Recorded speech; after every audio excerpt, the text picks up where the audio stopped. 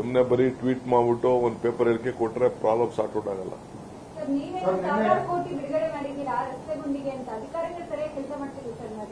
ನೋಡಿಯಮ್ಮ, ನಾವೆಲ್ಲ time line ಕೊಟ್ಟಿದೀವಿ, writing ಅಲ್ಲಿ ಬರ್ಕೊ ಬರ್ಬೇಕು ಅಂತ ಹೇಳಿದೀನಿ, ಅಕೌಂಟಬಿಲಿಟಿ ಫಿಕ್ಸ್ ಮಾಡಿದೀವಿ.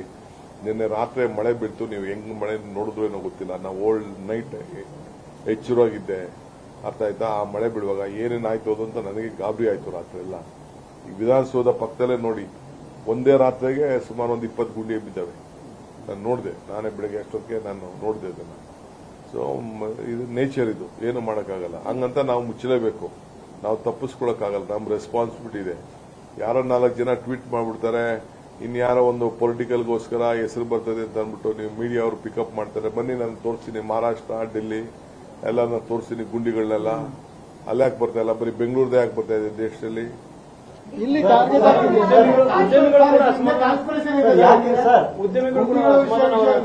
ಅವ್ರಿಗೆ ಏನಾರು ಮಾಡ್ಕೊಳ್ಳಿರಿ, ಮಕ್ಕಳ ಕೈಲಿ ಹಾಕಿ ಇನ್ಸ್ಟಿಟ್ಯೂಷನ್ ಅವರು ಇನ್ಸ್ಟಿಟ್ಯೂಷನ್ ಟ್ವೀಟ್ ಮಾಡ್ಬಿಟ್ಟು ಮಾಡಿದ್ರೆ ಅವರೇನು ಪಾಲಿಟಿಕ್ಸ್ ಮಾಡ್ತೀನಿ ಅಂತ ಪಾಲಿಟಿಕ್ಸ್ ಮಾಡ್ಲಿ, ಎಲೆಕ್ಷನ್ ನಿಂತ್ಕೊಳ್ಳಿ ಅಂತವ್ರಲ್ಲ, ಅವ್ರಿಗೆ ಗೊತ್ತಾಗ್ತದೆ.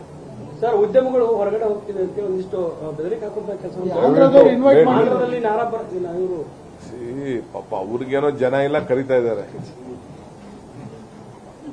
ಅವ್ರಿಗೆ ಜನ ಇಲ್ಲ, ಹೋಗೋರೆಲ್ಲ ಕರಿತಾ ಇದ್ದಾರೆ. ಕರ್ಕೊಂಡು ಹೋಗ್ಲಿ, ಯಾರು ಬೇಡ ಅಂತ ಹೇಳ್ತಾರೆ. ಪ್ರೈಮ್ ಮಿನಿಸ್ಟರ್ ಯಾಕೆ ಇದನ್ನ ಗ್ಲೋಬಲ್ ಸಿಟಿ ಅಂತ ಕರೆದ್ರು?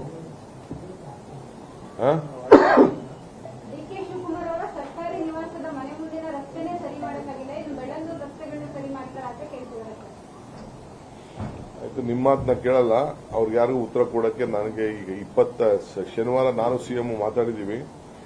ನಾನಾಗಲೇ ಆಫೀಸರ್ಸ್ ಕರೆದು ಮಾತಾಡಿದ್ದೀನಿ.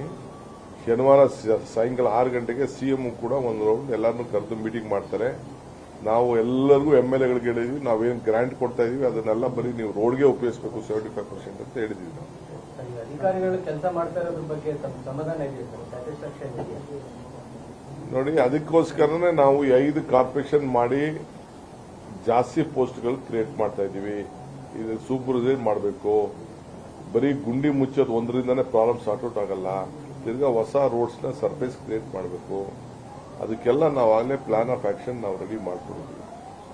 ಒಂದೊಂದು ಮಳೆಗೆ ಏನೇನು ಎಫೆಕ್ಟ್ ಆಗ್ತಿದೆ ಅಂತ ನನಗೆ ಅರಿವಿದೆ. ನಾನು ಟ್ರಾಫಿಕ್ ಅವ್ರು ಕರೆಸಿ, ನಾನು ಫಸ್ಟ್ ಟೈಮ್ ಟ್ರಾಫಿಕ್ ಅವ್ರಿಗೆ ನೀವು ಬೇರೆ ಜನ ಸಾರ್ವಜನಿಕರು ಕೊಡ್ತಾರೋ ಬಿಡ್ತಾರೋ, ನೀವು ಅದಕ್ಕೆ ನಿಮ್ಗೆ ಎಲ್ಲೆಲ್ಲಿ ಗುಂಡಿ ಇದೆ ಅನ್ನೋದು ನೀವು ಒಂದು ಪಟ್ಟಿ ಕೊಡಿ ಅಂತ ಹೇಳಿದೀನಿ. ನೋಡಿ, ಇಲ್ಲೇ ಇದೆ, ಅವ್ರು ಪಟ್ಟಿ ಕೊಟ್ಟಿದ್ದಾರೆ.